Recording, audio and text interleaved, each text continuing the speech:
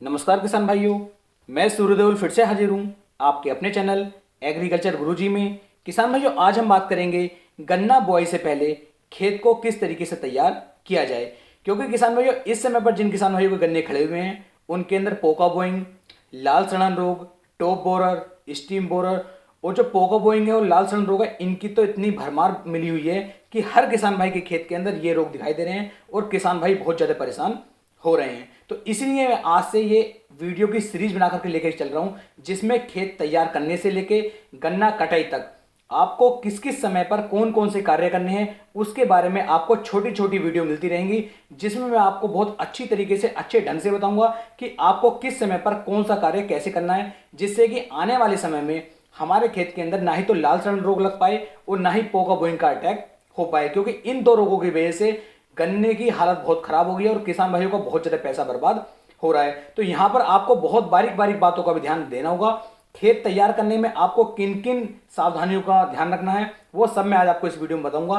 कितनी जुताई करवानी है, कौन से उर्वरक कितनी मात्रा में डालने हैं, सब कुछ कितने स्प्रे करने हैं, ए टू जेड पूरी जानकारी दूंगा। ऐसी वीडियो आपको यूट्यूब पर कहीं भी देखने को नहीं मिलेगी। तो चैनल को सब्सक्राइब जरूर कर लें, जिससे कि आप आने वाले टाइम में अपने एक एकड़ गन्ने से लगभग 500 से 700 कुंटल प्रति एकड़ तक का गन्ना आसानी के साथ ले सकें। लेकिन किसान भाइयों, इतना गन्ना 500 से 700 कुंटल गन्ना जो प्रति एकड़ निकलता है, ये राजी में नहीं निकलता है, बातों में नहीं निकलता है कि आप सोचने लगे कि आपने गन्ना बो दिया और गन्ना निकल आएगा। तो ऐसा नहीं होता है। यदि आपको अच्छी पैदावार लेनी है तो उसमें आपको अच्छी मेहनत भी करनी होगी। यदि आप मेहनत नहीं करेंगे तो आपका गन्ना 250 कुंटल 300 कुंटल प्रति एकड़ ही निकलेगा, इससे ऊपर नहीं निकलेगा। यदि आप मेहनत करना चाहते हैं, अच्छा उत्पादन चाहते हैं, तब तो इस वीडियो को देखें, अन्यथा इस वीडियो को देख के अपना समय बिल्कुल भी खराब ना करें। यहां पर ये इस सीरीज का पहला पार्ट है, पार्ट 1 बना रहा हूं, जिसमें खेत तैयारी के बारे में बताऊंगा। अगली जो वीडियो आएगी उसमें आपको बताऊंगा गन्ने को साधारण विधि से बोएं या फिर ट्रेंच विधि से बोएं।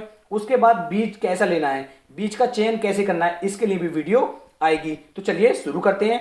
पहले बात कर लेते हैं खेत तैयार की। खेत तैयार हमें कैसे करना है। लेकिन खेत तैयार करने से पहले भी किसान भाइयों, आपको यदि अपने गन्ने की फसल को पोका बोइंग से और लाल सड़न रोग से बचाना है तो सबसे पहले आपको ट्राइकोडर्मा का उपयोग करना होगा। अब ट्राइकोडर्मा क्या है, ये कैसे बनता है, इसके बारे में थोड़ी जानकारी दे दूं, उसके बाद आगे का पार्ट हम चालू करेंगे। किसान भाई, ट्राइकोडर्मा जो है ये एक तरह का, आप इसे फंगीसाइड कह सकते हैं, इसे आप फफूंद जनित कह सकते हैं। यानी कि इतनी अच्छी चीज है ये, इतना अच्छा एक प्रोडक्ट है जो किसान भाइयों, किसानों के लिए बहुत ही ज्यादा रामबाण साबित हो सकता है। यदि मैं इसकी बात करूं, इसका उपयोग यदि आप अपने गन्ने की फसल में लास्ट जुताई से पहले कर लेते हैं तो आपके खेत के अंदर किसी भी तरह की जो फंगस होती है, सभी तरह की फंगस को ये बचाने में मदद करेगा।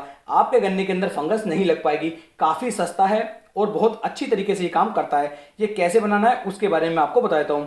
ट्राइकोडर्मा के उपयोग से किसान भाइयों, खेत में जितनी भी तरह की फंगस होती है उन सभी तरह की फंगस को ये खत्म कर देता है और आपके गन्ने को ये लगातार हरा भरा बना करके रखता है। गन्ना बुआई से किसान भाइयों कम से कम 15 दिन पहले यदि आप इसका उपयोग करते हैं, मतलब 15 दिन पहले इसे तैयार करने की कोशिश करते हैं तो ये तैयार हो जाता है।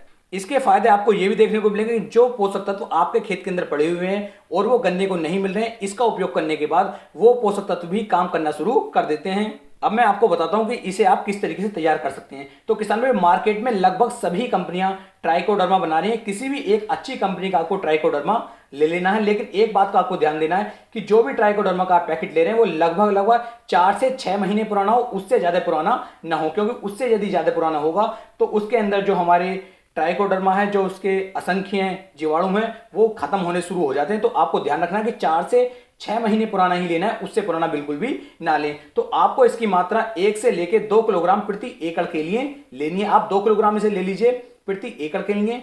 और लगभग किसान भाइयों 2 कुंटल गोबर की जो हमारी सड़ी हुई कंपोस्ट खाद होती है उसके अंदर आप इसे अच्छी तरीके से हाथ से मिला दीजिए। और मिलाने के बाद किसान भाइयों इसके ऊपर आप हल्का हल्का पानी का छींटा भी लगा दीजिए। लेकिन ये सभी कार्य आपको किसी भी एक छायादार पेड़ के नीचे करने हैं, जहां पर धूप, मतलब डायरेक्ट धूप ना पड़ती हो, वहां पर यदि आप करेंगे और हल्का सा पानी का छींटा लगाने के बाद जो हमारी बोरी होती है, जो खल की बोरी होती है या फिर जो हमारी पल्ली होती है, पाल होता है, उससे आप इसे ढक दीजिए 8 दिन के लिए। 8 दिन के बाद जब किसान भाइयों आप इसे देखेंगे तो इसके ऊपर एक सफेद सफेद सी परत आपको जमी हुई दिखाई देगी। उसके बाद किसान भाइयों आप इसे दोबारा से मल्टीप्लाई कीजिए, दोबारा से इसमें हाथ निकालिए और हाथ निकालने के बाद इसमें हल्का सा पानी का छींटा फिर लगाइए और फिर इसे 8 दिन के लिए ढक दीजिए। तो इस तरीके से किसान भाइयों 15 दिन के अंदर जो आपका ट्राइकोडर्मा है ये तैयार हो जाता है। जो आपका ये 2 किलोग्राम ट्राइकोडर्मा आपके पास था, अब ये 2 कुंटल बन चुका है, यानी कि इसके अंदर असंख्य जीवाणु, जो असंख्य ट्राइकोडर्मा है, अब तैयार हो चुके हैं। अब किसान भाइयों इसका उपयोग जो आपको करना है वो किस समय पर करना है उसके बारे में अब आगे बात करते हैं। अब बात करते हैं खेत की तैयारी की, कि खेत की तैयारी आपको कैसे करनी है। तो किसान भाइयों खेत की तैयारी करने से पहले आपको जो है लगभग 180 से लेकर 200 कुंटल जो हमारी गोबर की सड़ी हुई कंपोस्ट खाद होती है उस खाद को अपने खेत के अंदर अच्छी तरीके से बिखरवा दीजिए और उसकी बिठाई करवाने के बाद आप अपने खेत की एक गहरी जुताई करवाइए। गहरी जुताई जब आप करेंगे तो किसान भाइयों गोबर की जो सड़ी हुई कंपोस्ट खाद होती है ये इतनी अच्छी तरीके से आपकी मिट्टी के अंदर ताकत देती है कि जितने भी रसायन, जितने भी कीटनाशक या जितने भी आपने स्प्रे पहले खेत के अंदर किए हैं उनकी जो पावर हमारे खेत के अंदर पहुंचती है उसे ये कम कर देती है और हमारी मिट्टी को ये उपजाऊ बनाना शुरू कर देती है। तो आपको कीटनाशक से बच करके ज्यादा से ज्यादा ट्राइकोडर्मा का, वेस्ट डिकम्पोजर का, गोबर की सड़ी हुई खाद का, इनका यदि आप उपयोग करेंगे तो इनसे आपको ज्यादा बेनिफिट किसान भाइयों देखने को मिलेंगे। तो आपको एक गहरी जुताई करवा देनी। गहरी जुताई करवाने के बाद किसान भाइयों आपको अपने खेत के अंदर एक बार फिर टिलर चलवाना है। तो इस तरीके से टोटल 2 जुताई हो जाती है और जो आपकी गोबर की सड़ी हुई कंपोस्ट खाद होती है ये खेत के अंदर अच्छी तरीके से मिल जाती है। इसके बाद किसान भाइयों आपको लेना है जिंक सल्फेट। जिंक सल्फेट किसान भाइयों 8 किलोग्राम प्रति एकड़ के हिसाब से आपको एक बार अवश्य लेना चाहिए, क्योंकि ये हमारी 2 साल की फसल होती है और इसकी हम जुताई में ही यदि जिंक सल्फेट का उपयोग कर देते हैं तो हमारे खेत के अंदर जिंक, जितनी भी जिंक की कमी होती है उस जिंक की कमी को जिंक सल्फेट अच्छी तरीके से पूरा कर देता है। तो 8 किलोग्राम आप जिंक सल्फेट ले लीजिए और लगभग तीसरी जुताई से पहले आप इसे पूरे खेत के अंदर अच्छी तरीके से छींटा लगवा दीजिए, चाहे बालू रेत के अंदर मिक्स करके इसका छींटा लगवा दीजिए। और जब ये अच्छी तरीके से मिल जाए तो एक जुताई आपको फिर और करनी है, यानी कि तीसरी जुताई आपको कर देनी है। तीसरी जुताई करने के किसान भाइयों बाद में आपके पास जो ट्राइकोडर्मा अब तैयार था जिसकी मात्रा आपके पास लगभग 2 कुंटल के आसपास है, इसे किसान भाइयों लगभग दो किसान भाइयों की सहायता से या फिर 2 मजदूरों की सहायता से ईस्ट से वेस्ट, यानी पूर्व से पश्चिम और उत्तर से दक्षिण 2 बार में इसे बिखरवा दीजिए पूरे खेत के अंदर। ध्यान रखें आपके खेत के अंदर नमी होनी बहुत ही ज्यादा आवश्यक है। यदि ट्राइकोडर्मा का आप उपयोग कर रहे हैं और आपके खेत के अंदर नमी नहीं है तो इसके आपको बेनिफिट देखने को नहीं मिलेंगे। तो अपने खेत के अंदर नमी जरूर बना करके रखें और तब आप इसका बिखराव करवाएं। इसका बिखराव करवाने के बाद किसान भाइयों आप अपने खेत की उसके बाद 2 जुताइयां और करवाइए। कुछ किसान भाई 8 से 10 जुताइयां करते हैं, कुछ किसान भाइयों को बजट कम होता है तो वो 4 से 5 जुताई करते हैं, कुछ किसान भाइयों को बजट और भी कम होता है तो वो 2 या 3 जुताई ही कर पाते हैं। लेकिन जो कार्य मैंने आपको बताया जिंक सल्फेट का, गोबर की सड़ी हुई कंपोस्ट खाद का और ट्राइकोडर्मा का, इन तीनों का उपयोग आपको गन्ने की फसल के अंदर 100% करना ही करना है। किसान भाइयों इस समय पर आपका गन्ना जल्दी नहीं है, मतलब ऐसा नहीं है कि आप देर हो रही है, अभी अगस्त चल रहा है, सितंबर अक्टूबर तक आप आसानी के साथ गन्ना बो सकते हैं। लेकिन गन्ना बोइए तरीके के साथ, ऐसा ना करें कि आप अपने नाम के लिए कि हाँ मैंने 10 एकड़ बो दिया, 15 एकड़ बो दिया, तो नाम के लिए गन्ना बिल्कुल भी ना बोएं। जितना भी गन्ना बोएं तसल्ली से बोएं, आराम से बोएं, पूरी मेहनत के साथ, लगन के साथ बोएं, तभी किसान भाइयों आपको ज्यादा उत्पादन गन्ने की फसल निकाल करके दे पाएगी।